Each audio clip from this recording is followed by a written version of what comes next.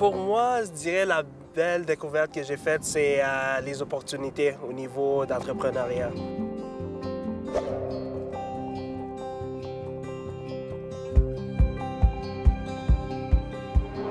Au Nunavut, on a beaucoup de chances d'investir puis vraiment bâtir une entreprise dès le début.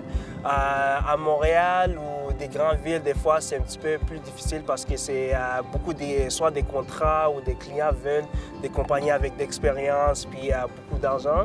Alors ici, si tu veux vraiment bâtir une entreprise dès le début, je trouve que le Nord, en général, c'est un petit peu plus simple.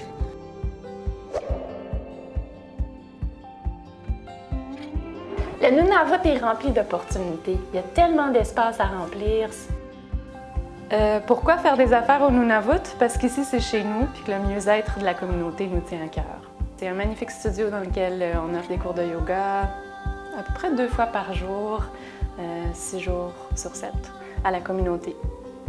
Les principaux défis pour Saint-Mavic, c'est les coûts élevés pour les opérations.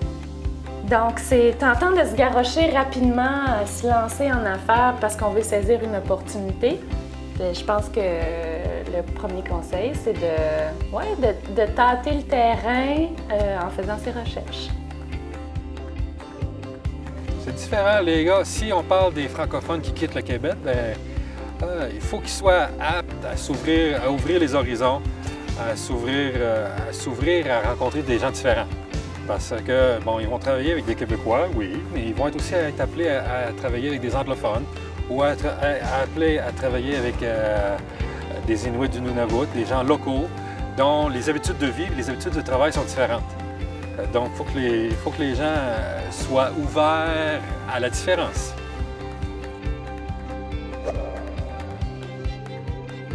C'est sûr qu'il faut connaître la réalité locale. Quelqu'un qui partirait qui partirait du Sud pour venir partir une business ici, c'est important qu'il prenne le temps de venir connaître la réalité ici. Il y a beaucoup de choses qui ne sont pas pareilles comme dans le Sud.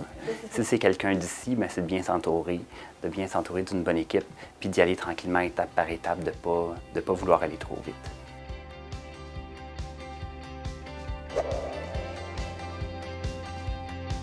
Iqaluit, c'est une ville de rotation. Il y a des gens qui vont venir pour peut-être 4 mois ou 2 ans. Après ça, ils retournent dans le sud. Mais notre clientèle la plus constante, c'est les locales de la place, les locaux. On a une façon de travailler qui est comme familiale un peu. On connaît tout le monde, la cuisine est ouverte. Moi, je vois quelqu'un que je connais, je vais le saluer, je vais aller voir à sa table. On s'entraide beaucoup. Moi, des fois, quand je vais manquer de produits, du fromage en grains, exemple, j'appelle mon ami qui est chef au snack. Je dis « Richard, t'as-tu du fromage en grains passé? » Il dit « Ah ouais, pas de problème. » On s'entraide entre nous autres.